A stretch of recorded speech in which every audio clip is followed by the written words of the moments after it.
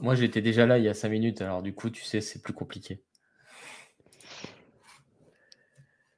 Tu veux, je commence du coup? Ouais, vas-y, je t'en prie. Et bah, du coup, merci de nous recevoir pour cette session. On va parler d'un produit qui s'appelle Microsoft Purview. L'intitulé de la session, c'est comment Microsoft Purview peut vous aider avec votre data platform. Donc, je suis Mathieu Roy, je suis consultant data platform chez Insiders.com, qui est une société de services numériques.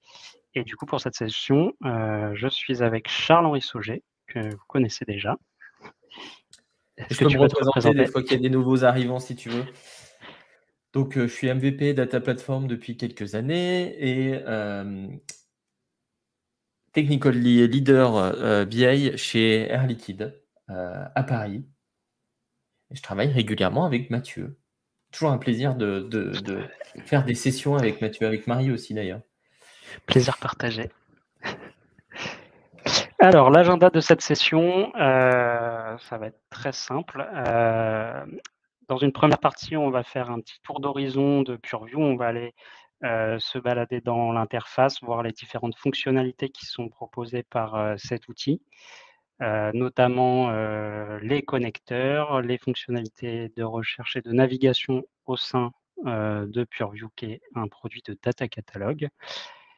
On ira voir aussi du côté des insights qui sont proposés par Purview pour avoir des informations clés sur les assets qui composent notre data platform.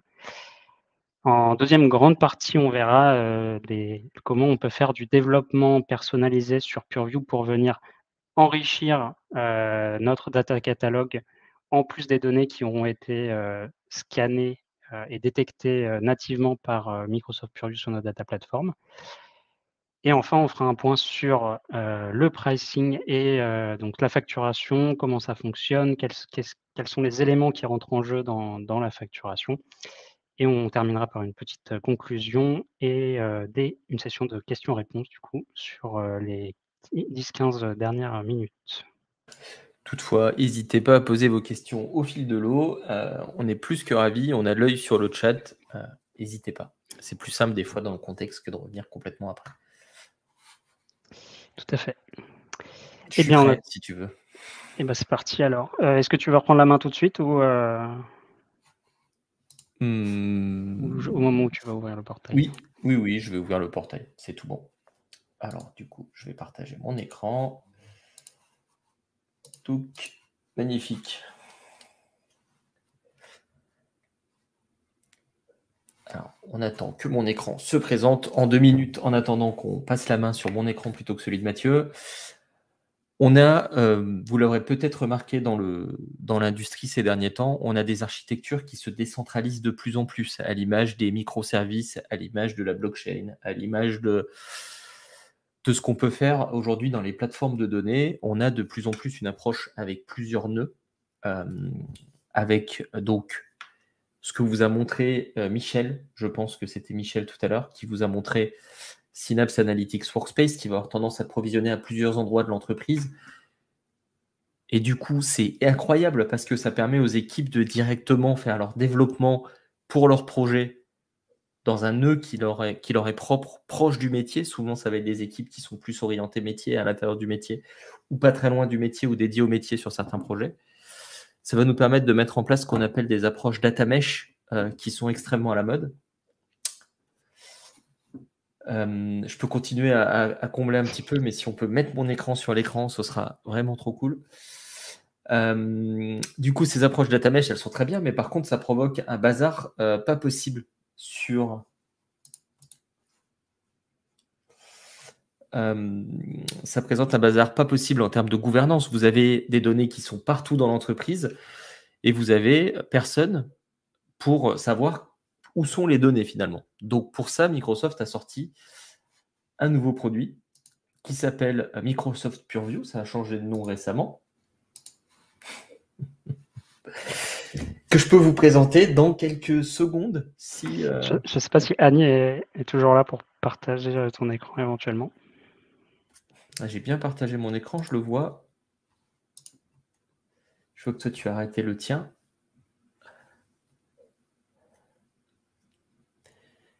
Sinon, tu vas repartager le tien, mais je pense que tu as même C'est ce plus que la... j'essaie de faire, mais ça Ouais, ne fonctionnera pas. Ah, est-ce que c'est Ah moi? voilà, C'est super. moi. Magnifique, merci beaucoup. Et tu peux zoomer un petit peu, je pense. Les aléas du direct, comme on dit. Magnifique. Merci aux organisateurs pour cette partage d'écran. Donc,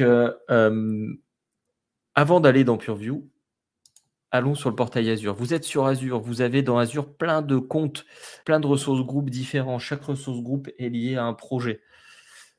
Parce que vous aimez bien ranger comme ça et ça vous permet de gérer votre facturation. C'est trop cool. Dans chaque ressource groupe, vous avez, par exemple, un Synapse pour la finance qui va contenir et un Data Lake pour la finance qui va contenir vos informations liées à la finance. Vous en avez un pour le marketing ou pour le retail. Le retail a, lui, un peu plus de ressources parce qu'il a besoin de faire du machine learning.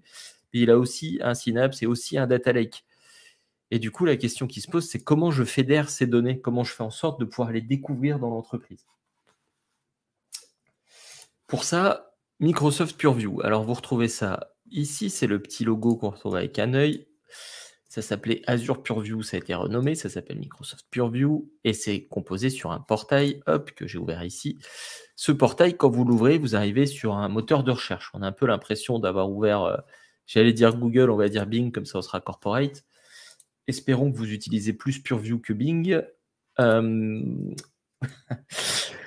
Dans ce moteur de recherche, vous allez pouvoir finalement aller regarder ce qu'il y a dans votre entreprise comme jeu de données.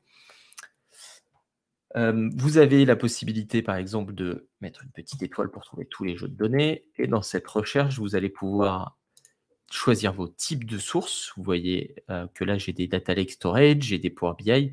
Et vous allez pouvoir... la question que vous pourriez vous poser, c'est comment je fais pour remplir les assets dans cet outil? Là, tu me montres qu'il y a des Data Lake Storage, des Power BI, des Synapse Analytics. Mais comment sont arrivées ces tables ici? Pour ça, alors je l'ai mis en français, la traduction, elle n'est pas extraordinaire pour l'instant, je vous avoue.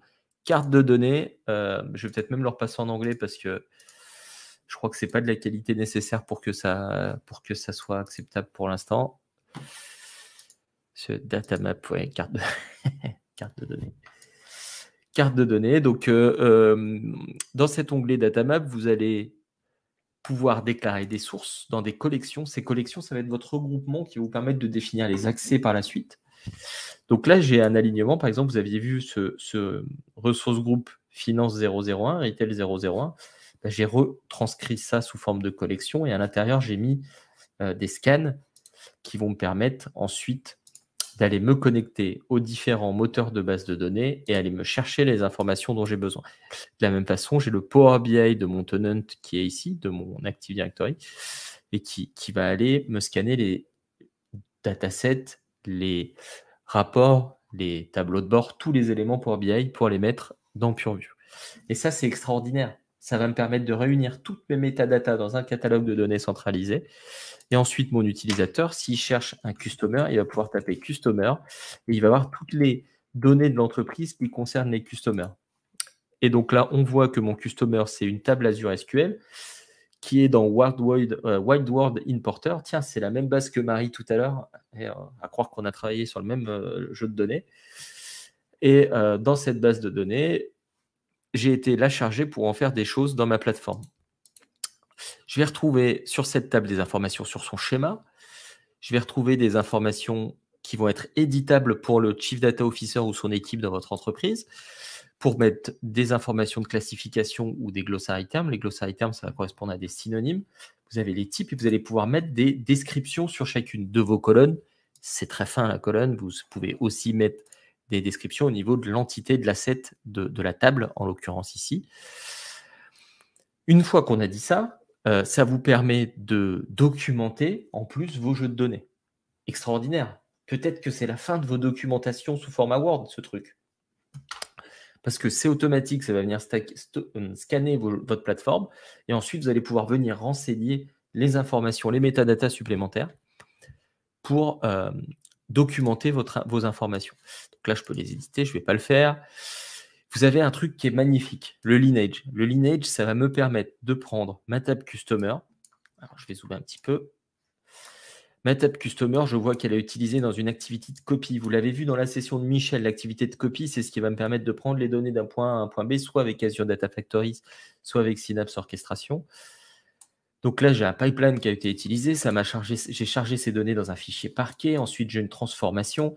Cette transformation, elle me dit que j'ai une table SQL serverless. Elle vous en a parlé aussi. Alors, elle vous a parlé des tables externes, mais il y a aussi des tables lake qui existent. Là, c'est une table lake.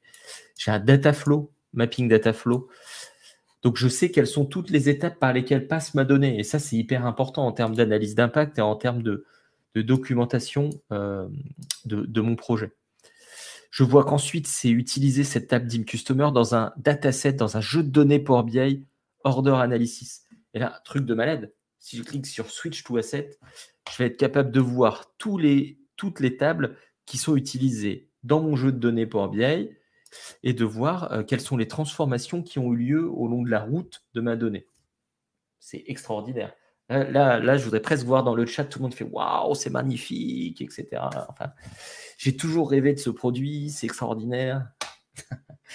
Ensuite, vous avez votre rapport Power BI et enfin, votre dashboard si vous en avez un. Donc, ça vous donne vraiment une cartographie de l'intégralité de votre plateforme d'analyse de données et ça, c'est vraiment trop cool.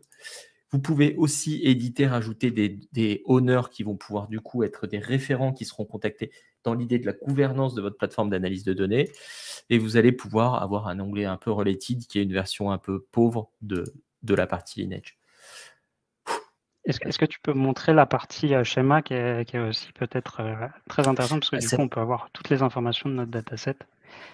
Et c'est excellent que tu mettes le doigt dessus. Là, on fait l'écart. En fait, PureView, c'est basé sur un produit qui s'appelle Atlas, qui est un produit open source. Microsoft s'est dit, c'est vachement bien ce produit open source, je vais en faire une version commerciale. Et du coup, ils ont apporté une valeur à ce produit open source. De base, le produit, il ressemble à... Je pense que Parquet, c'est un bon exemple. Non. Ouais, les schémas, par exemple, ressemblent à ça, si je prends une transformation Parquet. Donc ça, c'est l'interface graphique de Atlas.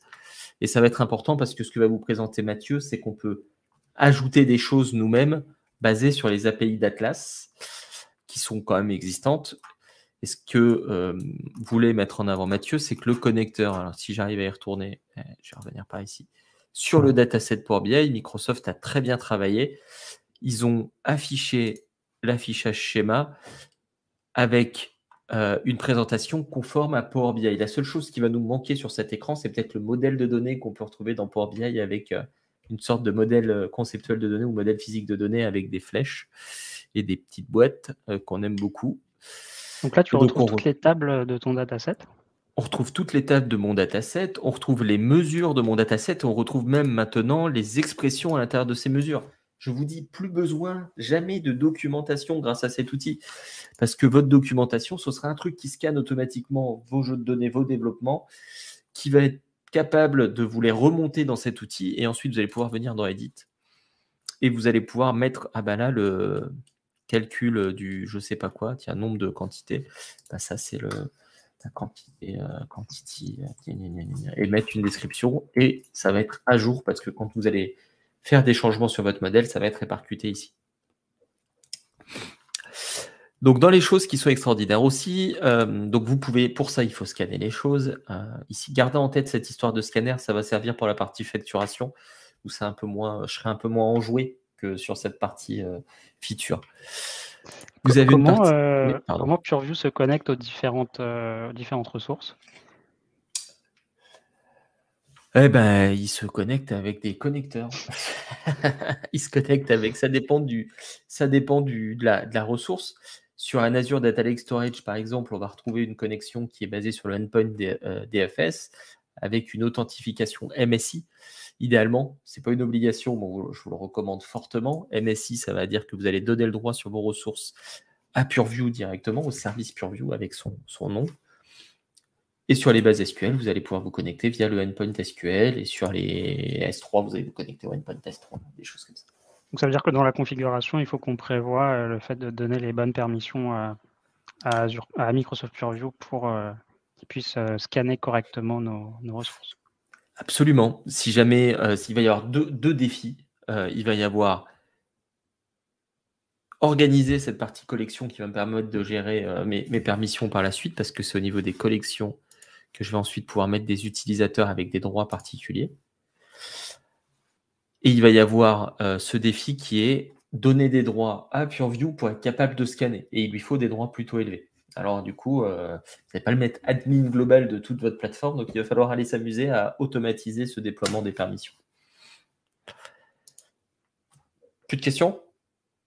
C'est bon. N'hésite pas, hein, c'est bien, ça, c'est interactif. Sur cette partie Data Insight, on passe très rapidement. Voilà, globalement, on peut dire que ça ne sert à rien. Voilà, ça c'est fait. Non, Data Insight, c'est un écran qui va vous permettre d'avoir une vision sur le nombre d'assets, le nombre de types d'assets que vous avez dans votre entreprise. Personnellement, j'aurais largement préféré un connecteur Power BI qui se connecte sur les données de PureView que ça, qui est le rapport le plus succinct du monde. On parlera de cette partie un peu Power BI par la suite, mais c'est vrai qu'il n'y a pas de connecteur natif pour se connecter à Azure PureView, donc c'est un petit peu complexe. Oui, c'est moins qu'on puisse dire. Surtout l'authentification. On a la partie Data Policy qui est nouvelle, qui permet de dire, permet à Mathieu, par exemple, de lire les datasets finance, etc. Donc, ça va nous permettre de donner des droits depuis PureView. Parce que forcément, PureView, comme je vous l'ai dit, c'est le portail central vers l'existence de vos jeux de données. Donc, du coup, il faut qu'il soit capable de vous présenter un jeu de données, de vous dire ah, ça existe, ça a l'air intéressant pour ton analyse, et donc de pouvoir demander des permissions. Donc, c'est ici qu'on va pouvoir le faire. Et depuis peu, on a même une notion de self-service policy qui vont être depuis un élément de PureView. Alors, est-ce que j'en ai un auquel je n'aurais pas accès? Si je prends un parquet, je pense que je dois avoir ça. Il y a un petit bouton Request Access qui est disponible ici, et je vais pouvoir dire hey, please, les droits. Et donc, on fait send. Et ce qui va se passer ici, c'est plutôt malin de la part de Microsoft, c'est plutôt d'avoir un workflow de permission qui soit fixe. Ce que Microsoft a fait, c'est qu'ils ont mis en place un flow. Où est ce flow? Ici. Basé sur, et vous reconnaissez peut-être un petit peu sur un truc qui ressemble à Power Automate, qui dit si jamais une demande d'accès est donnée, alors envoie un mail et ensuite comment je grante les accès, etc. Donc le workflow de validation, vous allez pouvoir le créer, le customiser vous-même, et ça c'est plutôt malin de la part de Microsoft. Et ça va devenir central vu que ce portail va aussi vous servir à gérer vos accès. Bon, après, je peux peut-être faire un petit tour un peu plus détaillé sur la recherche en 2 minutes. Si je fais une recherche sur Customer, hop. On voit que ça nous permet de chercher par classification, par collection, par type d'objet, aussi par contact et par type, par source type, ce qui sera souvent la façon dont on cherche. Tout bon, Mathieu? Ouais, on peut peut-être retourner rapidement sur la partie scan pour montrer un peu les différents connecteurs qu'il y a. Ouais, carrément. Donc tu disais que Microsoft PureView, c'était un produit qui était dérivé d'Atlas. Donc Atlas, Apache Atlas a déjà certains connecteurs, notamment pour Spark et Hadoop, mais il n'y a aucun connecteur dans Atlas pour les produits Microsoft. Donc c'est un des avantages d'utiliser Microsoft PureView par rapport à Atlas quand notre data platform est sur Azure, c'est que on va pouvoir bénéficier de cette surcouche qu'a ajoutée Microsoft avec tout un tas de connecteurs vers des produits qui sont disponibles dans Azure et qu'on peut utiliser dans notre data platform. Absolument, et il y a tout un tas de connecteurs. Ils ont même développé des connecteurs pour AWS, on les voit en orange. On voit des connecteurs pour les comptes de stockage, pour Azure Data Explorer, pour DB2, pour Airwin, pour BigQuery, pour MySQL, pour Power BI forcément, Teradata, etc. Donc plusieurs connecteurs par défaut. Après, c'est pas parce que vous avez un connecteur supporté que ça va scanner exactement ce que vous attendez. Prenons l'exemple de Azure Synapse Analytics. Personnellement, j'aurais bien aimé qu'il me scanne les procédures stockées, qu'il me scanne les lineages depuis les procédures stockées, qu'il me scanne les Power Query à l'intérieur des datasets, qu'il me fasse les liens automatiquement. Et tout ça, ça ne va pas nécessairement être le cas. C'est des choses qui sont en cours de développement. Il y a des private previews qui existent. Mais par contre, ce n'est pas forcément disponible tout de suite et pas disponible partout. Il y a MySQL qui est supporté. Est-ce que ça supporte les procédures stockées MySQL ? Je pense pas.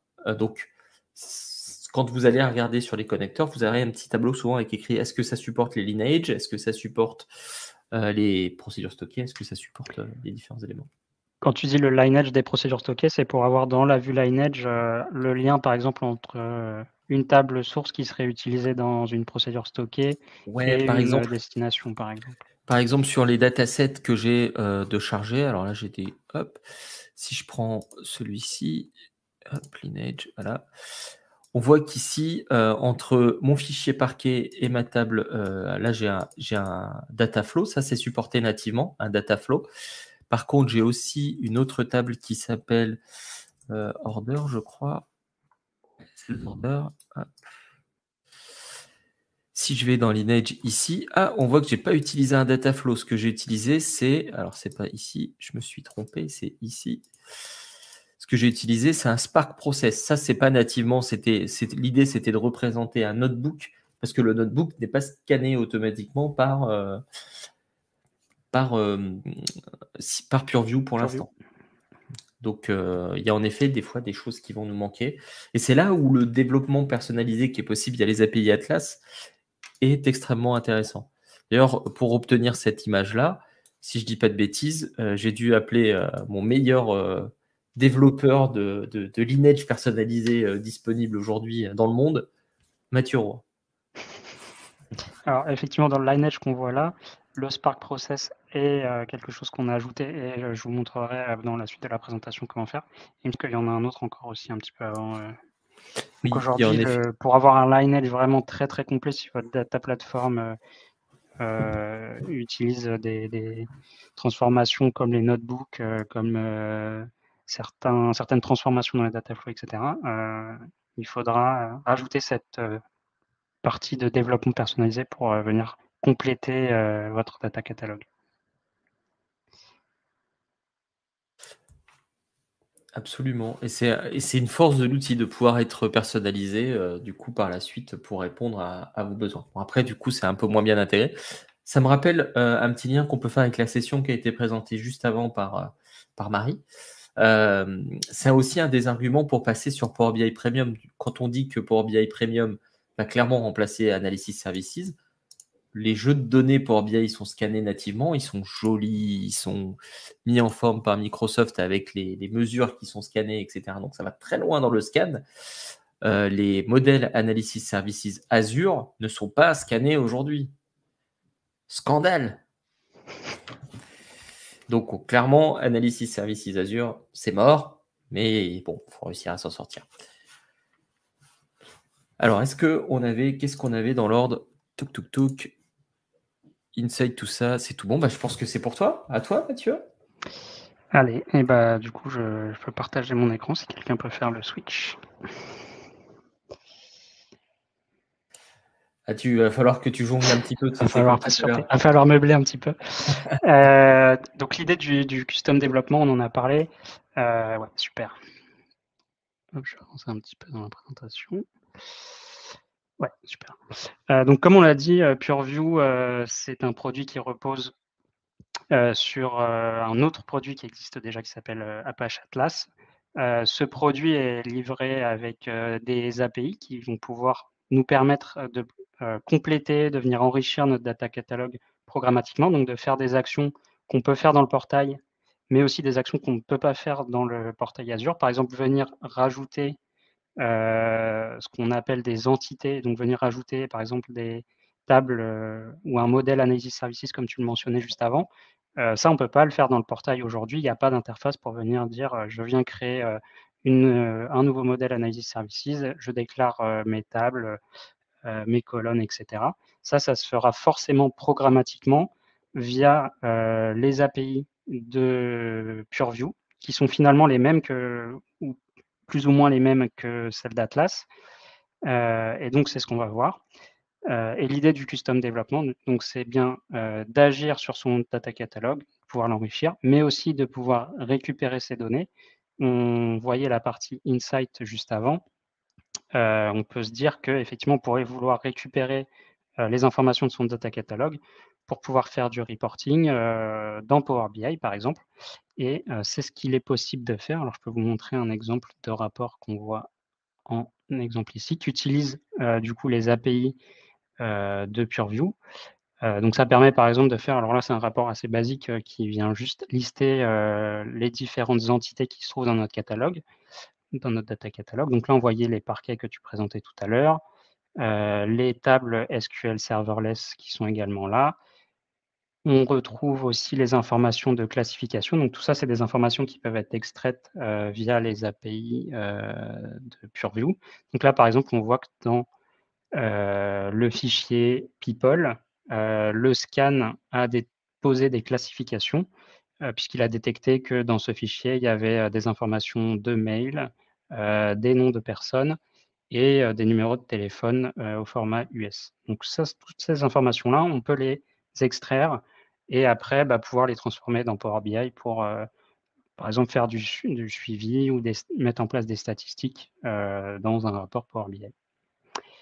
On peut utiliser aussi d'autres API de PureView pour voir l'ensemble des types d'entités disponibles. Donc là, tu présentais des data flows, les tables Azure SQL, des datasets Power BI. Il y a une trentaine de connecteurs dans Azure PureView. Donc, on peut retrouver les informations de chaque connecteur via les API, par exemple. Et donc, on peut voir que, par exemple, sur les bases Amazon RDS, on va pouvoir avoir ces différents types-là. Donc, on va pouvoir intégrer des informations de bases de données MySQL, des tables, des colonnes, etc. Donc, tout ça, c'est les types qui sont intégrés et livrés nativement avec PureView. Et ce qu'on verra dans un deuxième temps, c'est qu'on peut venir créer des nouveaux types personnalisés et venir ajouter des informations liées à ces types-là. C'est clair jusque-là? Très clair. Du coup, tu utilises un rapport Power BI finalement pour savoir comment tu vas faire tes développements. C'est un peu l'idée parce que c'est vrai que toute la partie type, là on peut le voir ici, si je clique par exemple sur une table MySQL, alors là le rapport présente ce que renvoie l'API globalement et on voit que pour une table MySQL, on va pouvoir mettre des attributs, donc des attributs qualificatifs de cette entité et notamment quand est-ce qu'elle a été créée, le nombre de lignes, son type, etc. Et quelles informations vont être rattachées à cette table-là. Pour avoir toutes ces informations, c'est uniquement via API qu'on peut les avoir. Il y en a un petit peu dans la documentation Microsoft, mais le détail de exactement chaque type disponible dans PureView, ça, c'est disponible que via les API, effectivement. Donc, faire ce rapport, ça peut être une approche intéressante, effectivement. Donc, c'est un moyen de récupérer les données qu'on met dans son data catalogue. On le mentionnait un petit peu rapidement. Il n'y a pas de connecteur natif de connecteur natif PureView dans Power BI. Donc, il faut utiliser les API. Ça demande de gérer l'authentification dans du code Power Query, ce qui n'est pas forcément très simple. Si Microsoft sort un connecteur PureView, cette partie-là, a priori, sera beaucoup plus facile à gérer. Ce qui nous amène à la deuxième partie. Et je vais remettre en mode présentation. Super. Hop là. C'est la question, comment je peux enrichir mon data catalogue avec mes propres métadonnées lorsque les scans natifs de PureView ne complètent pas ces données que je souhaite ajouter. Donc, comme je l'ai dit, ça peut être réalisé de façon programmatique via les API de PureView. Ces API, elles sont aussi packagées dans des SDK, .NET, Python et des modules PowerShell. Ce que je vais vous présenter aujourd'hui, c'est une implémentation en Python qui utilise une des librairies qui permet de se connecter à PureView. En l'occurrence, il y en a deux. Il y en a une qui est éditée par Microsoft qui s'appelle Azure PureView Catalog, qui est encore en bêta. Et donc, certaines fonctionnalités pour créer des entités, les mettre à jour, etc., ne sont pas encore complètement supportées. Et il y en a une autre qui s'appelle PyApache Atlas. Alors, comme son nom l'indique, c'est une librairie qui permet de se connecter à Atlas, mais comme PureView repose sur Atlas, c'est aussi compatible. Et donc, c'est ça qu'on va utiliser dans les démos par la suite. quelque chose à bien comprendre avant d'avancer sur... alors après, je vais vous montrer du code Python, donc accrochez-vous bien. Mais avant d'aller vraiment dans le détail du code, il y a 2-3 petites notions de PureView à bien connaître, notamment le système de type. Donc dans la démonstration, dans le portail, on vous montrait des tables, des datasets, on parlait de procédures stockées, de serveurs, etc.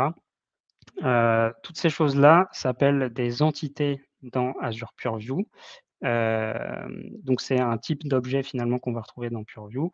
Et on a 2 autres types d'objets qui existent, 2 autres grands types d'objets qui existent aussi, c'est les relations et les classifications.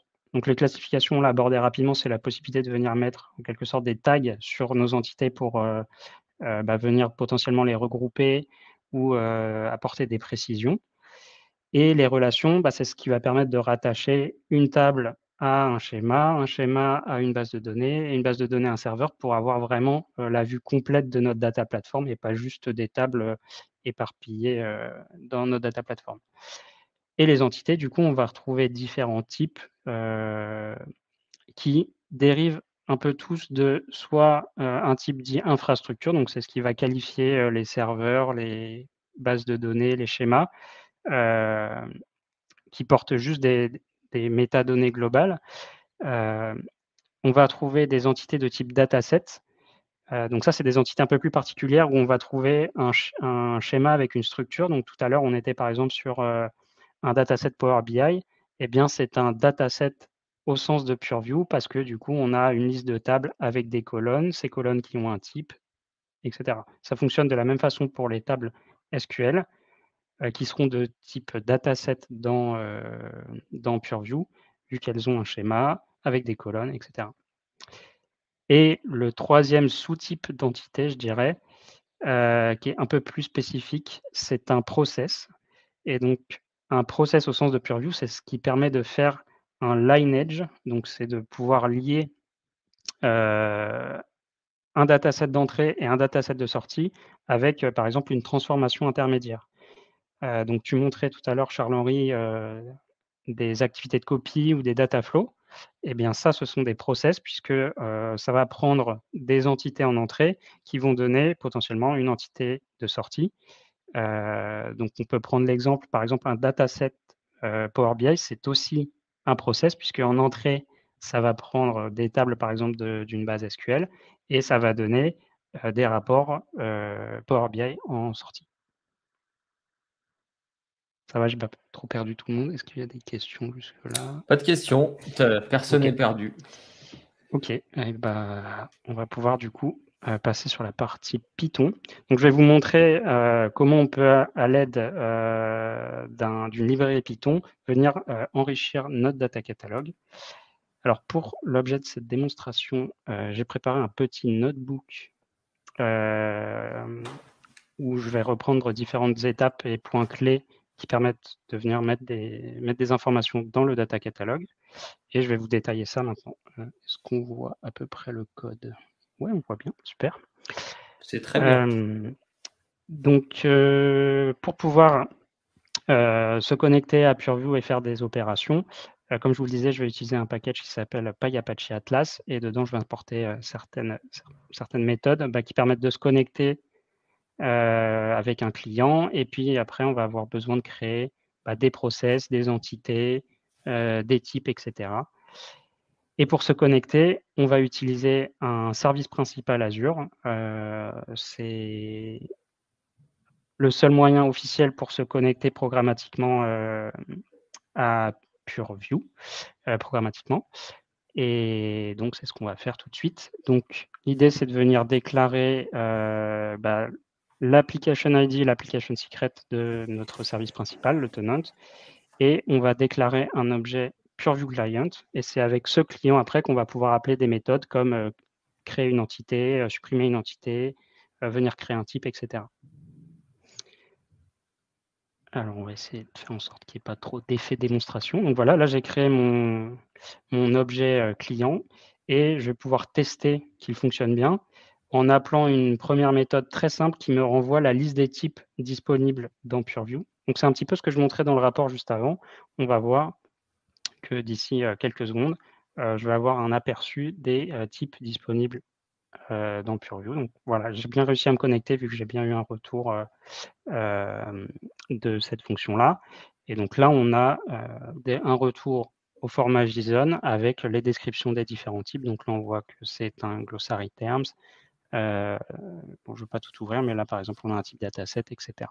Donc, mon client fonctionne, je peux avancer. Autre chose que je peux faire, c'est requêter mon data catalog. Donc pour ça, il y a une méthode qui s'appelle query tout simplement, qui va faire finalement ce qu'on voyait dans le portail avec le moteur de recherche. Bah, là, on va pouvoir le faire programmatiquement aussi. Ça peut être un point d'entrée quand on veut faire des opérations en batch sur certaines entités. Si on veut modifier, venir ajouter par exemple des, je sais pas, des glossary termes programmatiquement ou des classifications programmatiquement, bah, on peut utiliser cette recherche pour dire bah, je veux classifier toutes les tables, par exemple, d'une certaine base de données. Donc la syntaxe là qui est écrite, c'est ben là, je vais vouloir récupérer toutes les Azure SQL Tables qui sont dans cette base de données là. Et quand je vais exécuter ça, je vais avoir un retour, voilà, en JSON, toujours. Donc là, ça me renvoie plusieurs entités. Une entité au sens de PureView, ça va être plusieurs choses, des informations qu'on voit dans le portail et d'autres pas forcément. En tout cas, il y a toujours ce qu'on appelle un qualified name, donc c'est un petit peu le nom unique, d'une entité dans PureView. Donc là, par exemple, pour une table SQL, ça va être quelque chose qui ressemble au nom du serveur, avec le nom de la base, le schéma et la table. On retrouve ici, le type d'entité dont il s'agit, donc là, c'est une SQL table. Des informations sur la date de création et la date de mise à jour de l'entité et un ID. Ces informations-là, on peut les retrouver dans le portail. Si je retourne 30 secondes sur PureView et que je prends par exemple n'importe quelle entité, donc n'importe quel objet de PureView, on voit ici le rappel du fully qualified name, donc ce nom unique au sein de mon data catalog. Et l'ID, il se trouve dans l'URL finalement, on le voit juste ici dans la propriété GUID. Donc ça, c'est des informations qui permettent de faire éventuellement le lien entre le portail et ce qu'on est en train de faire programmatiquement, si besoin. Donc, on peut requêter notre data catalog de façon programmatique. Ça, c'est un premier point. Maintenant, ce qu'on va pouvoir faire, c'est venir, par exemple, créer un lineage personnalisé pour venir compléter quelque chose qui n'aurait pas été scanné nativement par PureView. Donc là, si je reprends par exemple, alors normalement, j'avais dû l'enlever. Hop, si je prends le fichier qui s'appelle country.parquet, qui est dans le catalogue.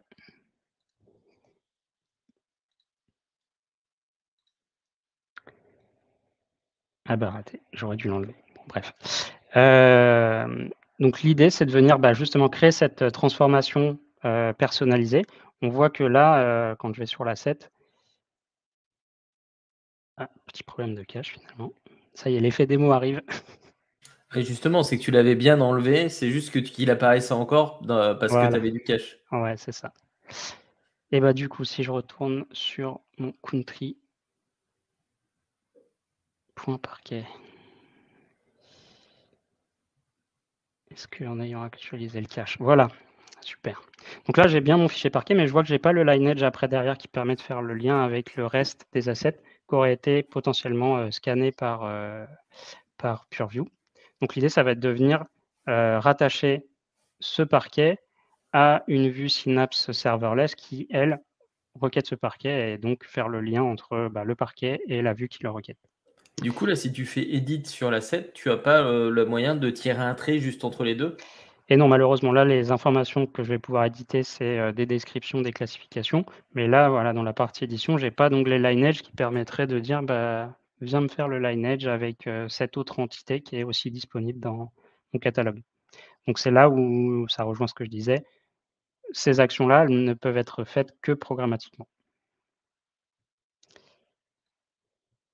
Donc pour créer ce lineage, Et donc, pour créer un lineage, ce que je disais tout à l'heure, c'est qu'il faut créer un process qui va faire le lien entre une entrée et une sortie. Eh bien, pour faire ça, on va avoir besoin d'appeler la classe qui s'appelle Atlas Process, enfin créer un objet Atlas Process. Il va falloir qu'on lui donne un nom. Donc là, par exemple, je vais dire que c'est une, je vais l'appeler transformation countries, que c'est de type process.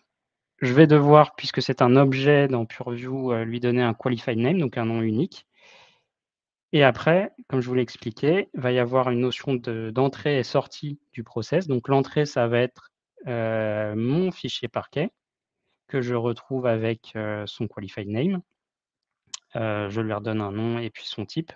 En fait, pour identifier de façon unique une entité dans PureView, il faut à minima 2 informations, son qualified name et son type. Donc c'est pour ça que là, en input, je viens définir un objet Atlas Entity avec le qualified name de l'entité que je veux rattacher à mon process. Et même chose en sortie, là du coup, je viens faire le lien avec la vue Synapse Serverless, enfin la table SQL Serverless, qui s'appelle Application Country et qui requête ce fichier parquet. Donc là, je crée l'objet et après, j'appelle la méthode qui s'appelle Upload Entity et je lui passe l'objet process que j'ai créé juste avant. Et donc là, si tout va bien. Voilà, donc là, j'ai un retour avec les informations qui me confirment que le process a bien été créé. Et donc maintenant, si je retourne dans le portail, sur mon countries.parquet, alors je vais actualiser parce que la disposition n'est pas forcément très lisible. Voilà, donc là, on voit que le lineage a été complété, que mon process a bien été créé ici, le transformation countries, qui me fait le lien avec ma table SQL Serverless. Donc que je me positionne du point de vue du fichier parquet ou de la table SQL Serverless, et bien désormais, le lineage vient bien être complété par ce que je viens de créer. Si tu veux, là je vois que tu as encore un petit peu de Python, mais tu veux pas qu'on fasse une petite digression hors Python pour pas que tout le monde finisse de s'endormir? Eh ben, vas-y, je t'écoute. Tu veux pas faire une démo de Synapse Analytics et de son intégration avec PureView? Si tu prends le DP Retail 001, tu as un Synapse. Je ne l'ai pas montré et je pense que c'est intéressant. Alors, ok, bah, je vais essayer de me rappeler où ça se trouve. Donc là, on est sur un portail qui ressemble, mais qui n'est pas PureView, qui est bien un Synapse Analytics Workspace. Celui qu'a montré Michel tout à l'heure sur la partie, c'était le fruit de sa session, justement. Tout à fait. Et donc, ça fonctionnera un peu de la même façon pour Data Factory. On va pouvoir venir associer notre Synapse Workspace pour faire le lien avec Azure PureView. L'objectif, c'est que les activités de copie, par exemple, qui seront exécutées dans nos pipelines Synapse Integrate, puissent remonter automatiquement dans PureView sans qu'on ait rien à faire, sans besoin de développement custom. Et donc, cette partie-là se gère dans la partie Manage de notre Synapse Workspace. Et on voit que depuis que PureView est sorti, on a ici dans External Connection une section Azure PureView. Et on va pouvoir venir, alors là, en l'occurrence, c'est déjà paramétré, mais on va pouvoir venir lier notre ressource Azure PureView, donc qu'on pourrait venir aller chercher ici via le menu déroulant. Et donc, on voit ici que les informations de lineage pour les Synapse Pipeline vont bien remonter dans notre data catalogue. C'est bien marqué. Et ça ne permet pas que de faire remonter les lineages, ça nous permet aussi d'aller dans Data. Et depuis Data ou Develop, les deux, jouer avec la fenêtre Search en haut au milieu, là. Ah oui, tout à fait. Ouais. Et qui est lié directement à PureView. Donc, depuis notre notre projet retail, dans notre Synapse Workspace, quand on est en train de développer, on est capable de dire il n'y avait pas un jeu de données que je pouvais utiliser avec la liste d'API. Il me semble que l'équipe là-bas, elle avait un jeu de données. Là, on va peut-être pas refaire exactement la même chose. Peut-être qu'on peut aller la chercher directement. Et là, directement, on a une intégration de Synapse Analytics Workspace vers PureView pour aller chercher les éléments qui nous intéressent. Et donc là, ce qui est intéressant, c'est que l'intégration de PureView dans Synapse Workspace va nous permettre de pouvoir directement accéder à la fonction Develop et de venir, par exemple, faire un select top 100 sur notre fichier parquet. Et donc là, ça va générer une requête qui va être exécutée sur Synapse Serverless pour pouvoir requêter les données qu'on a trouvées via l'intégration de PureView directement dans notre Synapse Analytics Workspace. Donc, En l'occurrence, quand toi, on tu est n'as pas dans... les droits, Ouais, je apparemment. vois que tu avais trop peur que je casse tout avant la démo. Donc... Mais en tout cas, directement dans mon espace de développement Synapse Analytics, je peux accéder à mon data catalog, venir accéder à mes données et pouvoir directement faire, si j'ai les droits, un select, pouvoir déjà pré-générer mes données dans une démarche, par exemple, de réutilisation, comme tu l'indiquais. Ou de prévisualisation d'un jeu de données, ou de vraiment pouvoir aller interroger via les moteurs de Synapse les données au sein de l'entreprise. PureView va vraiment devenir le catalogue fédérateur de tous nos jeux de données dans l'entreprise. Et ça va se retrouver même dans l'expérience des développeurs. Et c'est ça qui est hyper intéressant. Et ça nous ouvre largement la voie au... Alors un mot un peu marketing qui s'appelle le data citizenship, qui est de se dire mes utilisateurs, ils vont pouvoir aller explorer eux-mêmes l'exhaustivité des jeux de données dans l'entreprise, gérer leurs demandes d'accès directement depuis le même outil, et ensuite aller vérifier, faire leur propre développement pour ensuite créer leur propre rapport, faire de la self-service à l'échelle vraiment de l'entreprise, des transformations et de toute la chaîne data platform. Est-ce qu'il y a d'autres éléments que tu voulais montrer ou on avance Non, sur la mais si présentation? tu, Je vois si que le tu temps veux, file là. ouais, c'est ça. On peut peut-être passer justement sur la partie prix, où tu avais encore des choses à montrer. Là, c'était le wrap-up sur la partie custom développement. Donc, juste en 2 points, pour faire certaines opérations qui ne sont pas faites nativement par PureView, il faudra le faire programmatiquement. Il n'y a pas forcément d'approche low-code, no-code dans l'interface, par exemple, pour le Lineage. Et puis voilà, sur les grands points principaux. Donc là, effectivement, je vous propose de passer sur la partie pricing et je te laisse la main. C'est peut-être la partie qui blesse le plus sur l'outil. Alors, comment ça se passe en fonction de votre quantité de données présentes dans PureView? Vous allez avoir des capacités units disponibles. Maintenant, ça va, c'est élastique. Avant, c'était pas élastique, donc c'était très cher, mais on a du coup des prix. Donc, on paye minimum un CU et ça fait déjà un petit peu d'argent. C'est allumé en permanence. Je crois que ça doit tourner autour de 400 $ le CU. Et donc, et en fonction de la charge, donc par exemple, quand Mathieu lance ses requêtes Python, et ben, ça va augmenter les CU s'il y en a plusieurs pour pour répondre à la charge. Et le minimum, du coup, est de 1 en dessous de 10 Go, de 2 en dessous de 20 Go. Et vous allez avoir à chaque fois un facteur de 10 en termes d'élasticité pour répondre aux besoins de l'outil. Ensuite, vous payez pour les scans et les classifications. Si vous activez l'option des résultats avancés, ça coûte aussi un petit peu d'argent. Et enfin, vous payez pour les ressources sets aussi au Vcore. Donc, finalement, ça fait pas mal de choses qui sont facturées. Ça peut revenir assez cher si vous scannez, par exemple, un data lake avec quelques milliers, voire quelques millions de fichiers et que vous activez les scans avancés. Ça fait vite des notes. J'ai déjà fait des notes de 5 000 € en une journée sur PureView. Donc, attention. Moi, ça m'a tué une souscription que j'avais. Donc, attention au prix. Il faut l'utiliser. Oui. Ce qu'on n'a pas dit tout à l'heure sur les scans, c'est que on peut les programmer pour les faire un peu comme des pipelines Data Factory. On peut programmer les scans pour qu'ils tournent tous les jours, toutes les semaines, et ainsi de suite. Donc oui, effectivement, c'est un élément à prendre en compte au moment de la planification. Je ne sais pas si j'avais pas une capture d'écran sur une des slides. Je ne sais pas si tu l'as gardée ou pas. Non, je ne l'ai Je pas. l'aurais pas sous la main.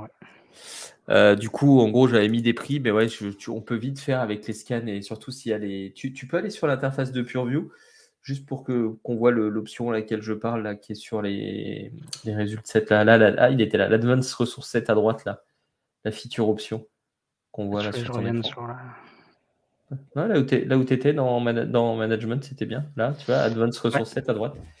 Donc cette option-là, on ne croirait pas, elle va chercher des informations sur le partitionnement des fichiers, sur les tailles, etc. Du coup, elle est un petit peu compute intensive.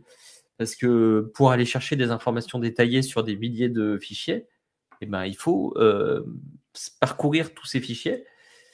Et donc, ça coûte un peu d'argent. Et soyez pas...